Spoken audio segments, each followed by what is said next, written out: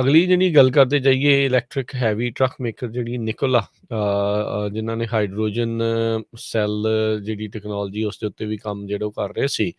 ਉਹਨਾਂ ਨੇ ਇੱਕ battery pack supplier Romeo power ਆ ਉਹਨਾਂ ਨੂੰ ਅਕਵਾਇਰ ਜਿਹੜਾ ਉਹ ਕਰਨ ਜਾ ਰਹੇ ਆ।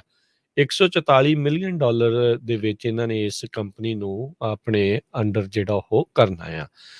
ਕਹਿੰਦੇ ਵੀ ਇਹਦੇ ਨਾਲ ਨਿਕਲਾ ਵਾਲੇ ਇਹ ਜਿਹੜੀ ਆਪਣੀ ਇਲੈਕਟ੍ਰਿਕ ਟਰੱਕ ਹੈਗੇ ਆ ਉਹਨਾਂ ਦੀ ਪ੍ਰੋਡਕਸ਼ਨ ਦੇ ਵਿੱਚ ਤੇ ਉਹਨਾਂ ਦੀ ਡਿਵੈਲਪਮੈਂਟ ਦੇ ਵਿੱਚ ਅੱਗੇ ਹੋਰ ਵੱਧ ਸਕਦੇ ਹੈਗੇ ਆ।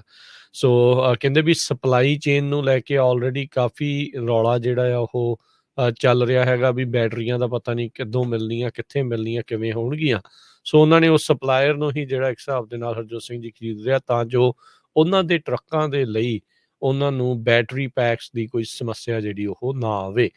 ਰੋਮੀਓ ਜਿਹੜੀ ਕੰਪਨੀ ਹੈਗੀ ਆ 74 ਸੈਂਟ ਪਰ ਸ਼ੇਅਰ ਦੇ ਹਿਸਾਬ ਦੇ ਨਾਲ ਕਹਿੰਦੇ ਉਸਦੀ ਵੈਲਿਊ ਉਹਨਾਂ ਨੇ ਪਾਈ ਆ ਤੇ ਉਸ ਦੇ ਉੱਤੇ 34% ਪ੍ਰੀਮੀਅਮ ਕਲੋਜ਼ਿੰਗ ਪ੍ਰਾਈਸ ਜਿਹੜੇ ਆ ਉਸ ਦੇ ਉੱਤੇ ਦੇਣਗੇ। ਇਹ ਖਬਰ ਆਉਣ ਤੋਂ ਬਾਅਦ ਦੇ ਵਿੱਚ ਜਿਹੜੇ ਰੋਮੀਓ ਦੇ ਸ਼ੇਅਰ ਆ ਉਹ ਵੀ 23% ਵੱਧ ਗਏ ਸੀਗੇ ਪ੍ਰੀ ਮਾਰਕੀਟ ਟ੍ਰੇਡਿੰਗ ਦੇ ਵਿੱਚ ਜਿੱਦਾਂ ਹੀ ਇਹ ਖਬਰ ਆ ਉਹ ਆਈ ਸੀਗੀ। ਸੋ ਨਿਕੋਲਾ ਕਹਿੰਦੇ ਵੀ ਰੋਮੀਓ ਨੂੰ ਪਹਿਲੋਂ $35 ਮਿਲੀਅਨ ਇੰਟਰਮ ਫੰਡਿੰਗ ਦੇ ਵਿੱਚ ਉਹ ਦਵੇਗੀ ਤਾਂ ਜੋ ਉਹਨਾਂ ਦੀ ਟ੍ਰਾਂਜੈਕਸ਼ਨ ਜਿੰਨੀ ਦੇਰ ਤੱਕ ਪੂਰੀ ਨਹੀਂ ਹੁੰਦੀ ਆਪਣੇ ਆਪਰੇਸ਼ਨ ਜਿਹੜੇ ਆ ਉਹ ਚਲਾਉਂਦੇ ਰਹਿਣ। ਨਿਕੋਲਾ ਨੇ ਮੰਨਦੀ ਆ ਵੀ $144 ਮਿਲੀਅਨ ਦੇ ਨਾਲ ਇਹ ਕੰਪਨੀ ਖਰੀਦਣ ਦੇ ਉੱਤੇ ਉਹਨਾਂ ਦਾ ਅਗਲੇ 4 ਸਾਲਾਂ 'ਚ $350 ਮਿਲੀਅਨ ਜਿਹੜਾ ਉਹ ਬਚੇਗਾ ਜਿਹੜੀ ਰੋਮੀਓ ਪਾਵਰ ਨੂੰ ਇਹਨਾਂ ਨੇ ਬੈਟਰੀ ਪੈਕ ਸਪਲਾਇਰ ਨੂੰ ਖਰੀਦਿਆ ਹੈਗਾ ਆ।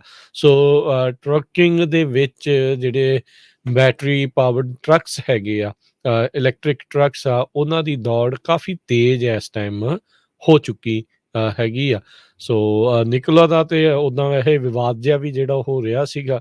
ਇਹ ਇੱਕ ਟਾਈਮ ਦੇ ਉੱਤੇ ਇਹਨਾਂ ਦੇ ਜਿਹੜੇ CEO ਮੇਨ ਬੰਦੇ ਸੀਗੇ ਉਹਨਾਂ ਨੂੰ ਆਪਣੇ ਅਹੁਦੇ ਤੋਂ ਵੀ ਪਰੇ ਹੋਣਾ ਪਿਆ ਸੀ ਕਿਉਂਕਿ ਉਸ ਟਾਈਮ ਦੇ ਉੱਤੇ ਇਹਨਾਂ ਨੇ ਇੱਦਾਂ ਸ਼ੋਅ ਕੀਤਾ ਸੀਗਾ ਵੀ ਇਹਨਾਂ ਦੇ ਟਰੱਕ ਬਹੁਤ ਵਧੀਆ ਜਿਹੜੀ ਪਾਵਰ ਦੇ ਨਾਲ ਐਫੀਸ਼ੀਐਂਸੀ ਦੇ ਨਾਲ ਚੱਲ ਰਹੇ ਸੀਗੇ ਪਰ ਕਹਿੰਦੇ ਵੀ ਸਮਹਾਓ ਐਡਸ ਦੇ ਵਿੱਚ ਉਹਨਾਂ ਨੇ ਉਹ ਚੀਜ਼ਾਂ ਗਲਤ ਜਿਹੜੀਆਂ ਉਹ ਸ਼ੋਅ ਕੀਤੀਆਂ ਸੀਗੀਆਂ। ਸੋ ਪਰ ਫਿਰ ਵੀ ਕਿਉਂਕਿ ਇਹ ਮਾਰਕੀਟ ਅਜੇ ਪੂਰੀ ਤਰ੍ਹਾਂ ਕਾਈਂਡ ਆਫ ਖਾਲੀ ਆ। ਟੈਸਲਾ ਨੇ ਕਿਹਾ ਨੂੰ ਕਿੰਨੇ ਸਾਲ ਹੋ ਗਏ ਉਹਨਾਂ ਦੇ ਪਤਾ ਨਹੀਂ ਕਦੋਂ ਟਰੱਕ ਆਉਣੇ ਆ, ਕਿੰਨਾ ਚਿਰ ਹੋਣਾ ਆ। ਪਰ ਟੈਸਲਾ ਦੇ ਨਾਲ ਨਾਲ ਨਿਕੋਲਾ ਤੇ ਹੋਰ ਬਹੁਤ ਸਾਰੀਆਂ ਕੰਪਨੀਆਂ ਇਸ ਦੇ ਉੱਤੇ ਆਪਣਾ ਜ਼ੋਰ ਜਿਹੜਾ ਉਹ ਲਾ ਰਹੀਆਂ ਆ ਕਿਉਂਕਿ ਉਹ ਦੇਖ ਰਹੇ ਆ ਵੀ ਫਿਊਚਰ ਦੇ ਵਿੱਚ ਜਿਹੜੇ ਇਲੈਕਟ੍ਰਿਕ ਟਰੱਕਸ ਇਲੈਕਟ੍ਰਿਕ ਗੱਡੀਆਂ ਉਹ ਸਾਰਾ ਕੁਛ ਜਿਹੜਾ ਆ ਉਸ ਦੀ ਕਾਫੀ ਬੱਲੇ ਬੱਲੇ ਉਹ ਹੋਵੇਗੀ।